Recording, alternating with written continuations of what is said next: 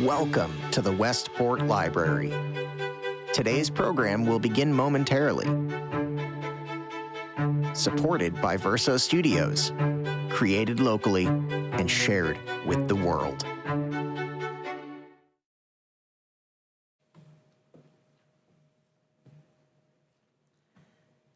Hi, everybody. Thank you so much for coming on this wintry day. My name is Charlotte Rogan, and I am a longtime fan of the library. I'm a writer, and I'm on the jury for the Westport Literary Prize. I have been since it started. I guess it's in its third year. So I have long experience with the library, but not quite as long as the two people who are going to be speaking tonight. I don't know if any of them really need an introduction. Nina Sankovitch was a longtime Westport resident, although she has recently left us for Riverdale. And Bruce McGuirk also has been associated with the library. Both of them worked as attorneys. Both of them are history buffs, and both of them have led reading groups on behalf of the library. So I'm sure you've run across them in one of those capacities. Nina has always been fascinated by people who challenge the status quo, and her current book, Not Your Founding Father, shows that the rebels who shaped our country were not all men. In Jemima Wilkinson, Nina has brought to life an unusual 18th century character whose story grapples with many of the issues that we're facing today. So please join me in welcoming Nina and Bruce.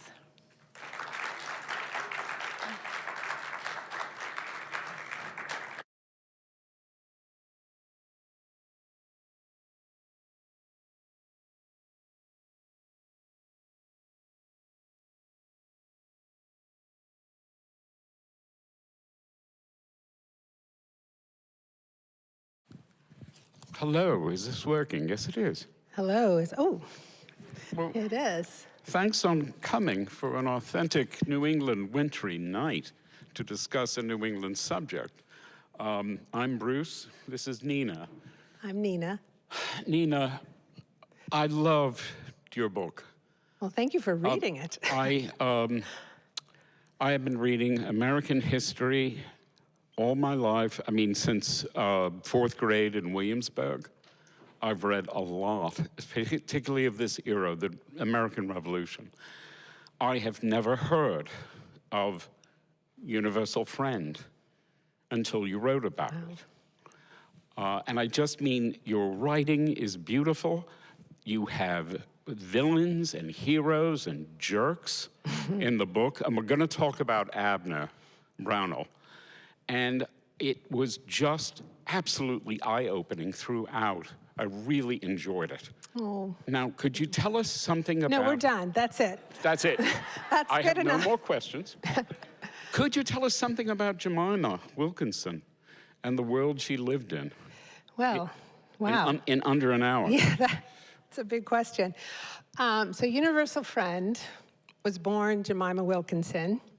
And I came across this person when I was doing research for my last book, American Rebels, which was about how the leaders in New England, how they really got colonists to go along with them in joining the fight for independence.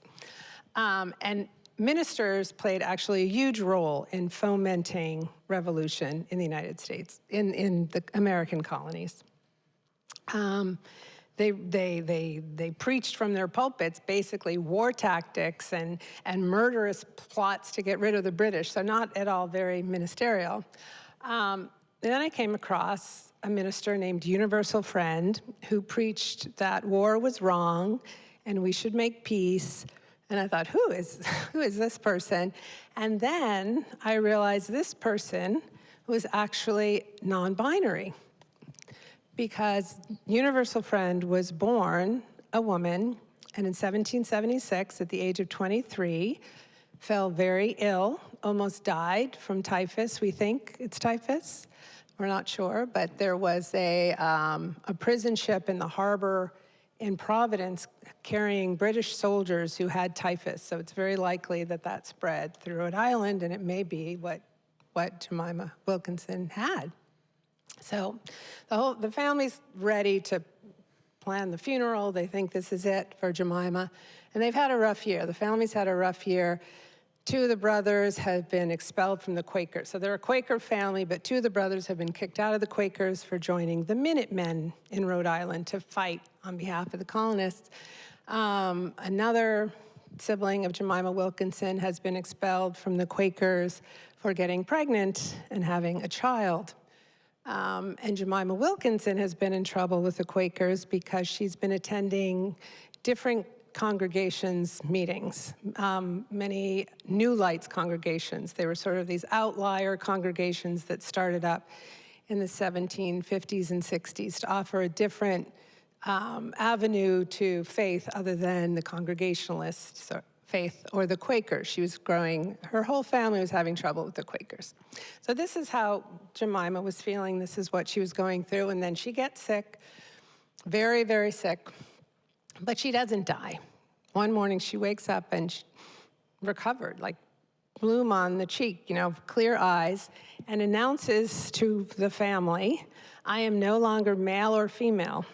I am a non-gendered messenger sent by God to save the world. Angels came to me in the middle of the night and told me they would be using the tabernacle of my body to put in a spirit that would be preaching to the world repentance and salvation. And her family said, oh, okay. But interestingly, her family was very supportive of this. And Universal Friend began preaching, first around the northern Rhode Island farmhouse where Friend had grown up. So Jemima Wilkinson also announced to the family, I've taken the name Universal Friend. I no longer go by Jemima Wilkinson. Also asked, no longer can you use a pronoun for me? So I actually wrote my entire book without using a pronoun for Jemima Wilkinson, Universal Friend. Tonight I'm going to try to use the pronoun they, because it's just too hard in conversation to constantly be using proper nouns in discussing Universal Friend. So they began preaching first around the farmhouse, and then going out on horseback. Universal Friend was, Jemima Wilkinson had been, and now Universal Friend was a very good horseback rider. Went out over the hills and dales of Rhode Island, Massachusetts, Connecticut, and already was gathering followers. And this was this amazing thing for people to see in the midst of war, where people were really staying close to home. You didn't venture out because there were British soldiers around and there was trouble. And but Universal Friend would go out on the horse and go wherever anybody had asked to hear what Friend had to say. And what Friend had to say was very interesting because there was plenty of fire and brimstone in Universal Friend's sermons, no doubt. They talked about you're going to hell if you don't repent, and hell is really terrible, it's really hot. But Friend also said, and this was different than any other preacher was saying at the time, Friend said, everybody on earth can be saved. It doesn't matter who you are. It doesn't matter what your race is, what your gender is. Women are not the evil ones who fed the apple to Adam. We are all responsible for the state of our souls. We can all decide for ourselves what our life is going to be and how we are going to live our lives. So this was pretty revolutionary for the time, and also it resonated with the colonists who were rising up and deciding for themselves what their government was going to be, what their country was going to look like. No longer was England going to tell them what to do, and no longer would a congregational preacher say, sorry, you've been damned since birth, nothing you can do about it. Friend was not a political speaker, but the sermons had real political resonance. And Friend got hundreds of followers to join, and not many of these outlier sects, like the Shakers, for example. The people who joined the Shakers tended to be uneducated, poor, disenfranchised, unhappy. And the people who came to Friend, they were unhappy, but not because of the status of their lives. They tended to be wealthy, educated, and they joined Universal Friend. They gave up a lot of their status in the community, their public roles that they had, their commissions they may have had. They were required to free any slaves that they had because Universal Friend said it's wrong to own another human being because all human beings are equal before God. Every single human being is equal before God. Where was I? Well, this was also at the time of the revolution. Right. The revolution is for liberty. The revolution is supposed to straighten all these things out. And it all worked out after the revolution, right? So after the revolution, what's interesting is that the rhetoric of a lot of the pamphlets that got people excited about joining the revolution and joining the fight for independence, the rhetoric that was used in pamphlets and in speeches was about liberty and equality. You know, the Declaration of Independence, when it was signed, so this is what we're celebrating this year, you know, this is our 250th anniversary of our country because the Declaration of Independence was signed saying we are going to be a new country where we all have inalienable rights to life, liberty, and the pursuit of happiness. So that's basically what Universal Friend was saying. And a lot of people joined the fight, women and blacks joined the fight for independence because they thought, yeah, that's what I want. And when the Declaration of Independence was signed, it seemed like a covenant, like a contract had been signed. Oh, wow, if I go and fight, this is what I'm going to get. Independence is won, and it doesn't quite work out that way. And not because the political leaders were these terrible people who said, oh, we conned them.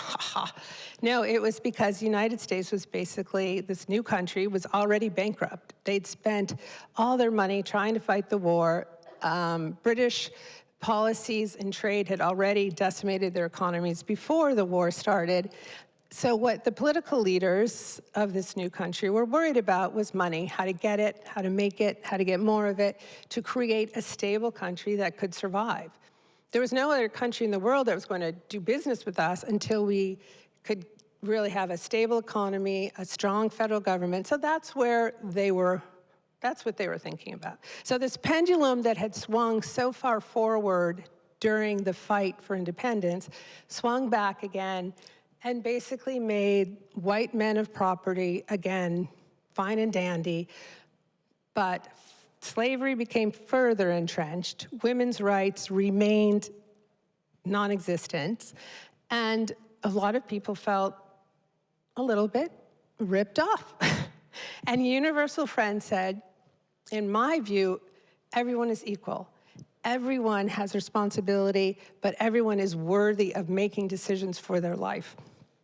And so, Friend went out west. I mean, there's a lot more to this story, but I'm giving you the outline. Friend went out west to the Finger Lakes, which was then the western frontier, and established communities where blacks and whites, men and women, lived as equals and had equal rights of property, had roles of responsibility in their community that did not depend on their gender, did not depend on the color of their skin. And it all goes back to Friend's belief that the flesh is a tabernacle. Friend's tabernacle had become a house for the spirit that was going to save the world. But everybody's flesh was a tabernacle for the soul they had inside them, and that soul had no color, had no race, had no gender, and was equal before God. So it made sense to Friend to have a community where everybody was equal in the community. And this was really, if you look at the history of the 20 years after the American Revolution, these communities that Friend established were the only place in the United States where the ideals of the American Revolution were actually put into practice.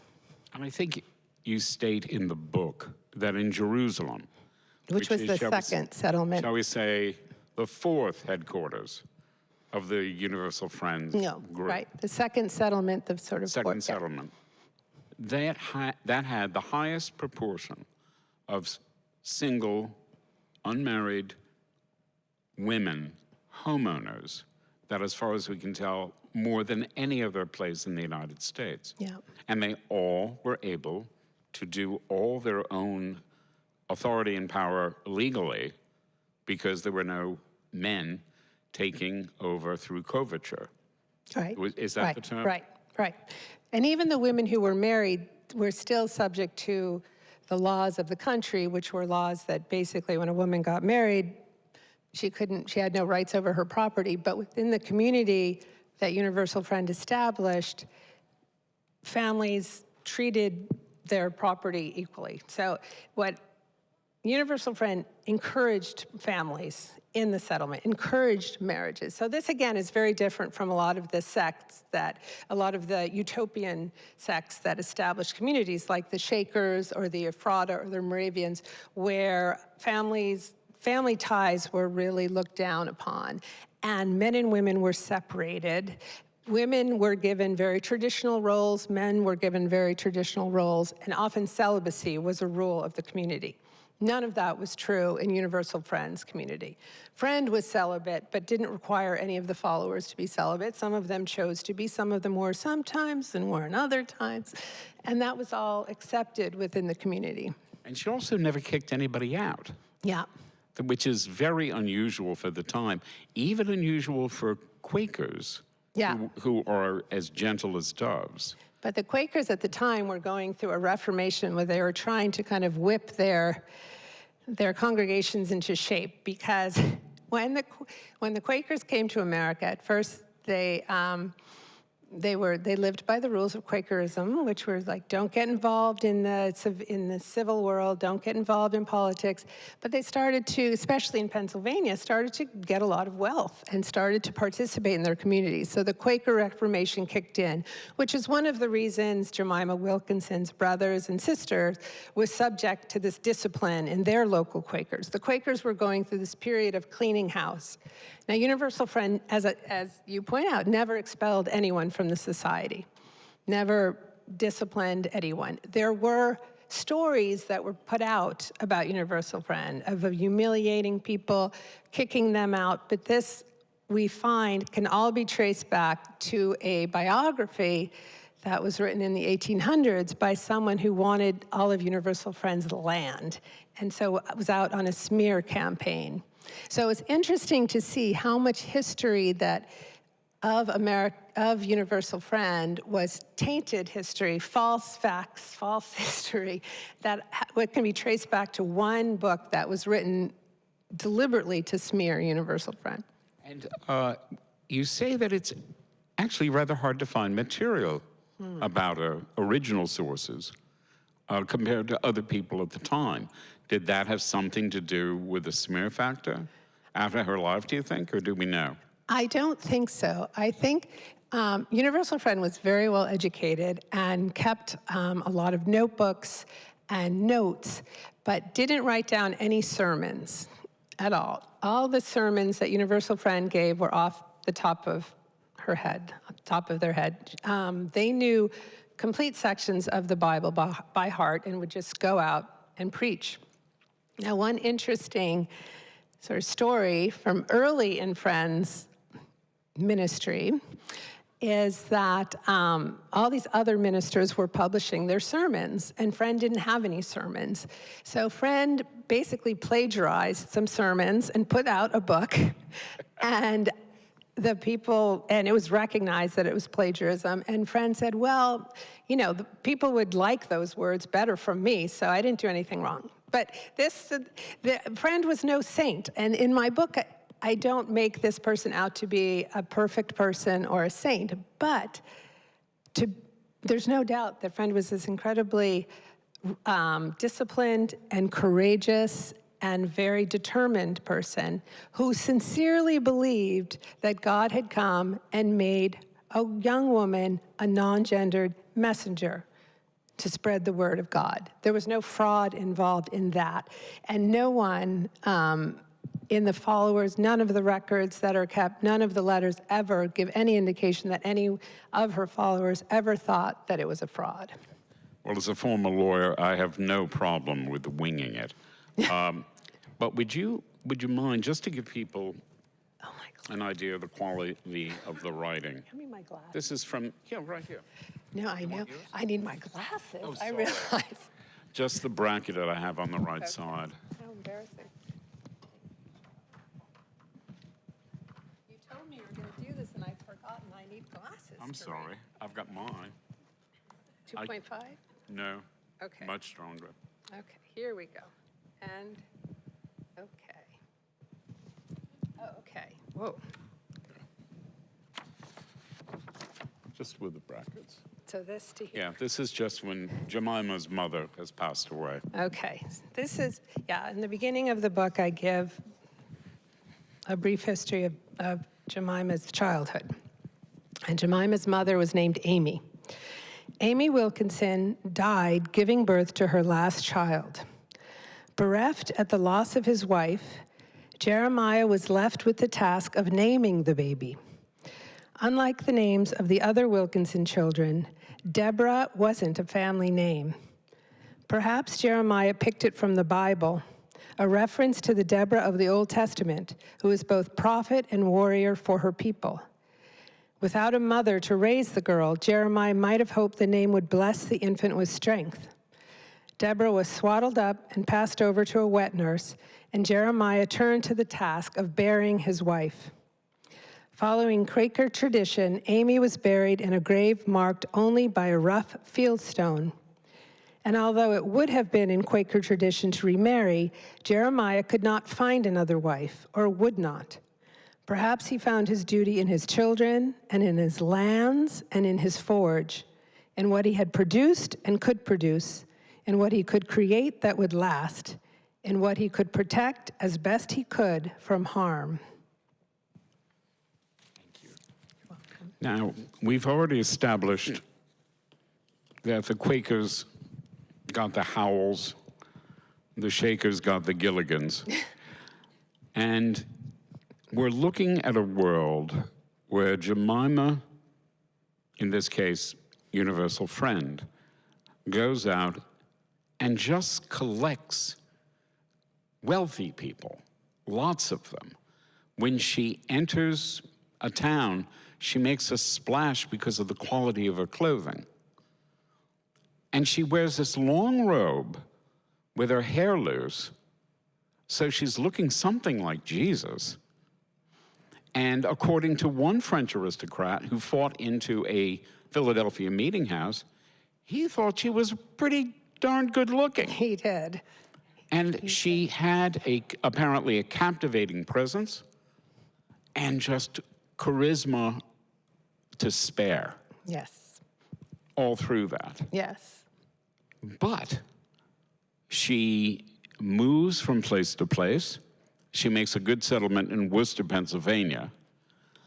And then, because of various slanders, problems, and all that, she decides to go out to the wilderness. Now, you said she went up to the Finger Lakes.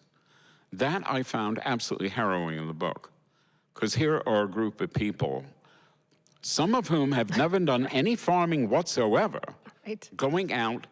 They're writing letters to people they know. How do you plant vegetables? Yeah.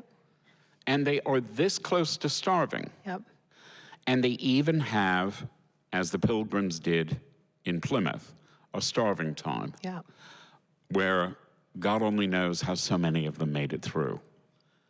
And they didn't all make it through, but yeah. Yeah. Yeah. And in doing that, they forge a real community. But like Gilligan, or I should say unlike Gilligan, Gilligan doesn't have a mutineer, but she does. Yeah. What happened in the Finger Lakes? What happened in the Finger Lakes is that in the late 18th century, there was a big land rush to the western territories of the United States, in large part because the farmlands of New England had basically been over-farmed. And the farmlands of New England were largely quite hard to farm. You had to deal with a lot of rocks. That's why we have stone walls all over Connecticut, is from all those rocks. Well, the land in the Finger Lakes was beautiful, fertile, easy to grow crops on land. It was incredible land. Universal Friend and a lot of other Western people thought of the western part of New York, thought of the Finger Lake region as a wilderness. Now, in fact, for about 3 centuries, Native Americans had lived there, had farmed very successfully, had built buildings and homes and towns very successfully. Some of which had glass windows. Yeah. Also, the Indians knew about crop rotation before we did. Exactly. Yes, they were quite advanced in terms of crop, like where to grow crops, how to grow crops.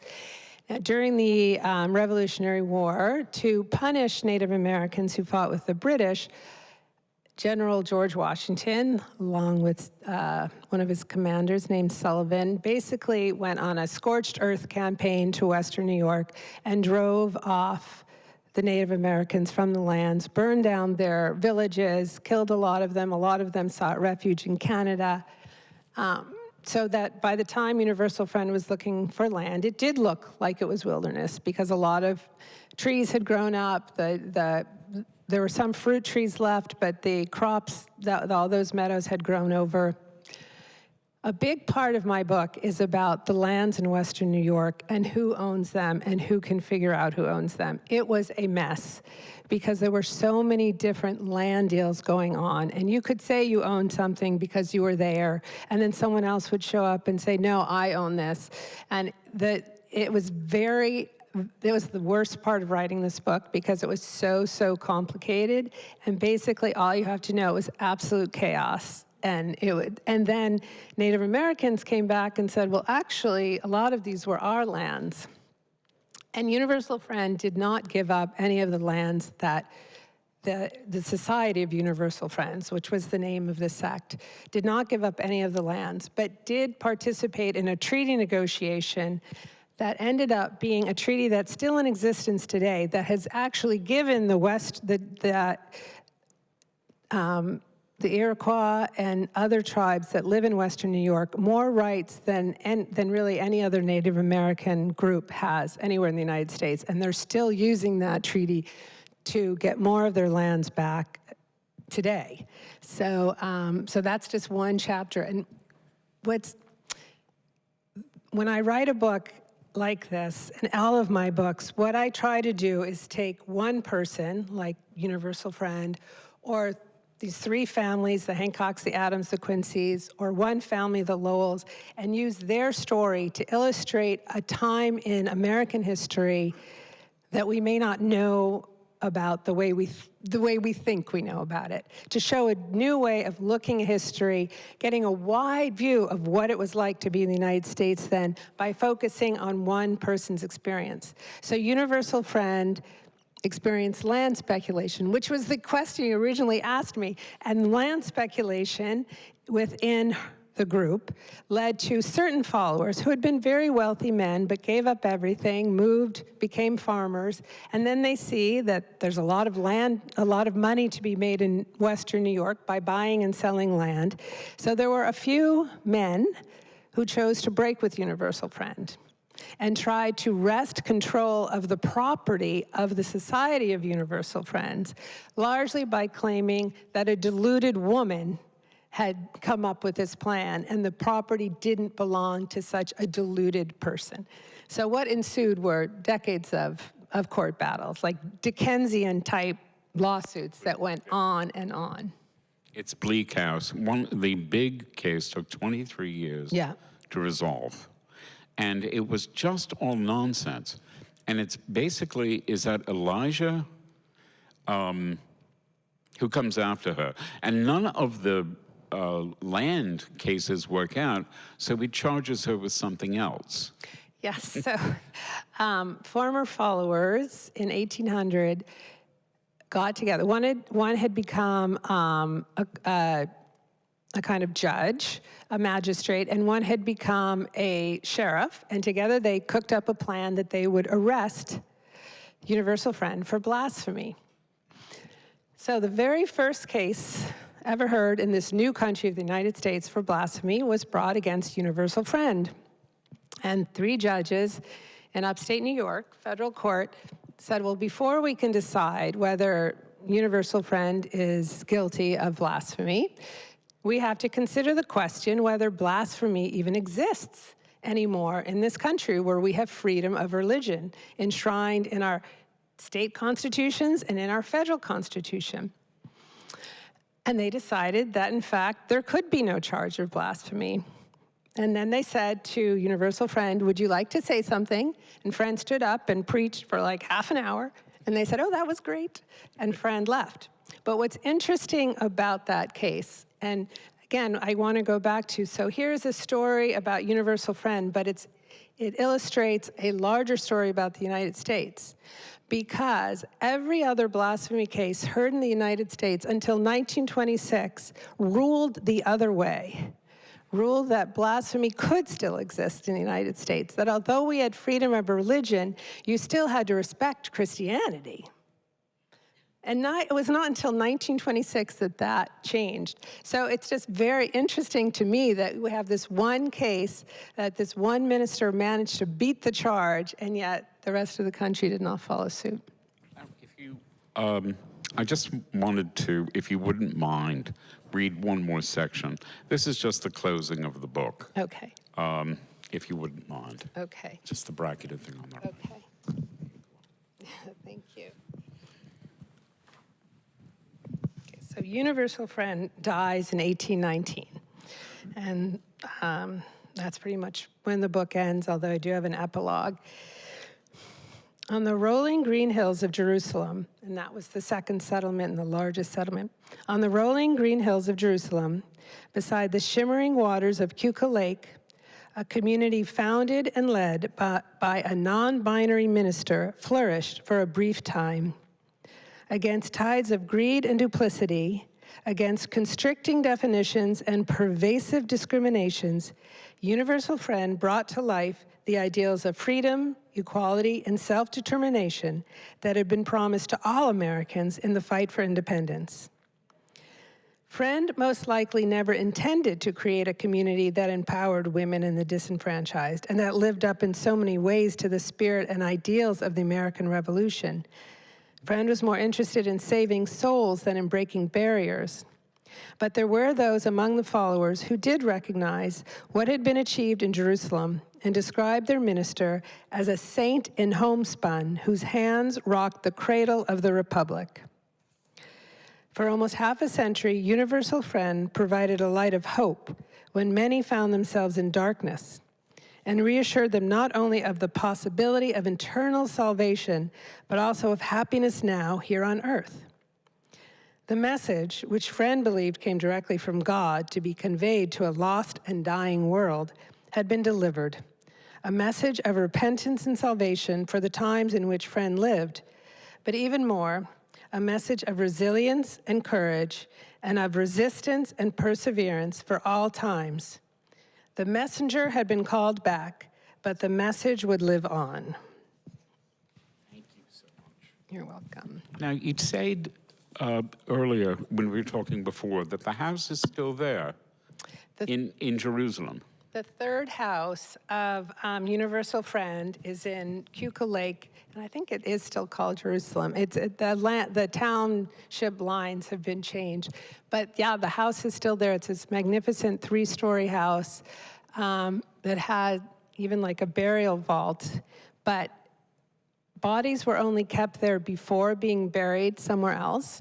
So after Universal Friend died, there was a rumor that went about that there were doctors that wanted the body to investigate it to see whether it was male or female. So the followers quickly buried Universal Friend in a spot without a stone, which was the practice pretty much of the community anyway.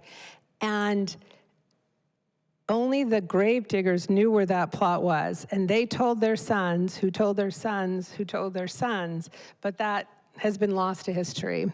So we don't know where the grave is, but the house is still there, and a Mennonite family lives there now, which is interesting to have this different spiritual group live there. Now, of course, Western New York became what was known as the burned over district. So a lot of religious sects were found home in Western New York. And of course, the Mormons were founded in saw the tablets, whatever they did, in Western New York. So it was an area that became prolific for having these sort of outlier sects. But Universal Friend was the first one. Now, if we were to go back to the house, and it's a nice evening, and you can go inside, and Universal Friend is still there, meets you at the door, and asks you to come in, And she prepared dinner for you. She was an herbalist and a healer. Yep. What would you ask her? Or what would you want to say to her? I think I would say, boy, you should see us now. We could use some of your sermons right now. Maybe not the repentance part, but the equality, everyone, the self-determination part. I would say you had a great story, and I hope I told it well. And I hope friend would say, yes, you did a good job. Yes. She was always very gracious. Yes. So, and the amazing thing about it is just the number of strong, brave people that she called to herself and were able to support her and stick with her their entire lives. Now, unfortunately, when you have a wonderful, charismatic leader, somebody that really is out of time, the sect happens to crumble away. People get interested in life. At the very beginning, she had the emphasis that the world is about to end, or it could end at any minute. You have to be ready for it, and you must prepare. And even that falls away by the time the sect is really maturing. And when it's all done, it just disappears. And so we live with a major religious figure in American history, the first original American sect created, and we know nothing about her. And I think the book is, I hope, going to do a lot to change that. I hope so. It's a terrific book. Thank you so much. Thank you. Okay.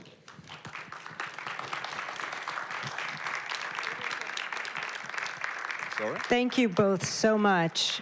If anybody has any questions for Nina about the book or about anything else that might be going on, please come over here to the microphone so that we can record your question.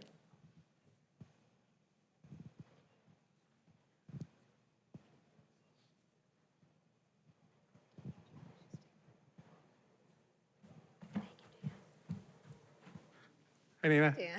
I'm a dropout of a American history PhD program, and I had to read, since it was in New England, I had to read all the pamphlets in the 1760s, 1770s, 1780s, which of course, yes, it was about liberty and these ideas of human rights and responsibility of government, but what was going on in the 1770s and the 1780s was the construction of a nation. Like the merchants were heavily involved in this, and this was about building up industries and governments and institutions. And I guess what I find interesting, and so many of the figures who are the sort of intellectuals and the ministers and the preachers were also very much involved in setting up the military and the militia, the form of government, paying back the debt, all that sort of stuff.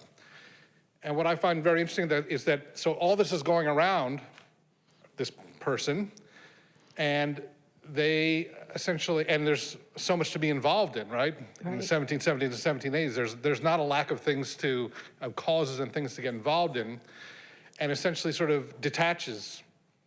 And this is someone who was, Rhode Island was one of the white hot centers of the revolution. There was much to be done there, a great deal of things happened, but this person kind of detached. And I guess, and those people are not sort of written about as much because of the story of the revolution as the story of everything else going on. Right. So is this, in your mind, a singular figure? Were there other people who their sort of reaction to all this going around them was like, let's F off to upstate New York and have a commune? Or were other people doing this? And how do you make sense of that? Other people were doing it, but Friend actually didn't think about going until things started getting bad for the Society of Universal Friends in the the minister called civilization. So it was in the back of their mind. But what happened after the revolution, there are people building the new economy, building the new government. There was a real retrenching of traditional religious structures. So the churches went back to very traditional ways of doing things, and the sects that had arisen in the years leading up to the revolution, the New Light sects and the other new kind of religious societies, started to be viewed very suspiciously by the authorities. And Universal Friend was never subjected to like the beatings and really brutality that the Shakers faced, but they were subjected to threats. They were put in very uncomfortable situations. At one point, one of the followers was accused of murder. I mean, so things became very hot for Universal Friend, which kind of pushed them even more quickly to go to away from what they called civilization to try to make it on their own. But there were other people who stepped back from all the building. And a lot of it was, there's so much that happened in the 20 years after the revolution of a lot of people who really felt like we're worse off than we were before. Like taxes went way up because they had to pay off the war debt. Taxes were way higher than they'd been under the British. And there were a lot of farm soldiers who'd gone off to war and fought who came home to find their farms were gone because they couldn't keep them anymore. So there was a lot of discontent after the war. There were the people who were planning everything, and then there were the sort of regular people who were finding it wasn't quite the utopia they had been hoping for. Thank you. Thank you, Dan. Can I just say one thing on that? The chapter 13 of your book, and did I mention this? It is, if you're looking for a concise, clear explanation of the hellscape of the financial situation of the United States just after the war, your description of it in that chapter is the clearest I've ever seen. Thank you. Clear, concise, entertaining, and just perfectly done. And as a lawyer and amateur historian, I thank you for that. You're welcome. Also, I think you should say something about the Ephrata. Oh. As far as other groups. Well, there was a group in Pennsylvania who were the Ephrata, who did believe very much in celibacy and who were a very quirky sect, but they were also incredible singers. And their story has remained very vibrant because their songs have remained. Yeah. Yeah, they were in Pennsylvania. But and definitely influenced Universal Front. But also that they and the Shakers sort of considered sex the illicit sin that just brought on the fall of man. Therefore, you just shouldn't ever do it. And so the sect just dies out. Yeah, there are still 2 Shakers, apparently. And I'm also with the Shakers. Yeah. And I also want to mention Abner, Okay. as far as going out on your own. She had very devoted followers. And it was amazing in... I think it was by 1776, half or more than half of the Quaker preachers in Philadelphia, 1780. 1780, are women. And the Quakers even want Universal Friend to come back, but Friend is not really interested in doing that, and being given this sort of minister status that wasn't a real status. Yeah. Okay, but Abner another time, sir. Yeah. Abner. Hello. Hello, Will. I think you started to answer some of this, but as you were talking, I was just trying to work out, was this group detached, more integrated with the economy and the people around them? Were they trying to create a sort of nirvana of some future together? Can you just elaborate a little bit about that? They were not trying to create an isolated, utopian community. They wanted to be integrated within the larger scene of Western New York. So they were farmers who not only farmed for themselves, but engaged in trade. They built the first mill in Western New York, which was a huge boon in the Finger Lakes area, which was a huge boon for everyone around them. And they allowed anyone who wanted to come and pay and use the mill to use the mill.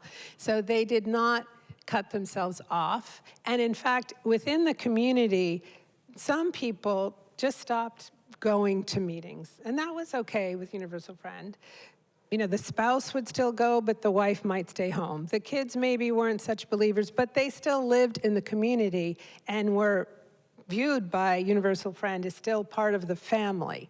So that, again, is unlike so many other of these communities where you really had to follow these rigid rules of behavior in order to be allowed to stay. But Universal Friend was, well, if everybody's getting along and everybody's being productive, that's okay. We're going to make it work. Does that answer your question? Say yes, Will. Yes, I'll say yes for him.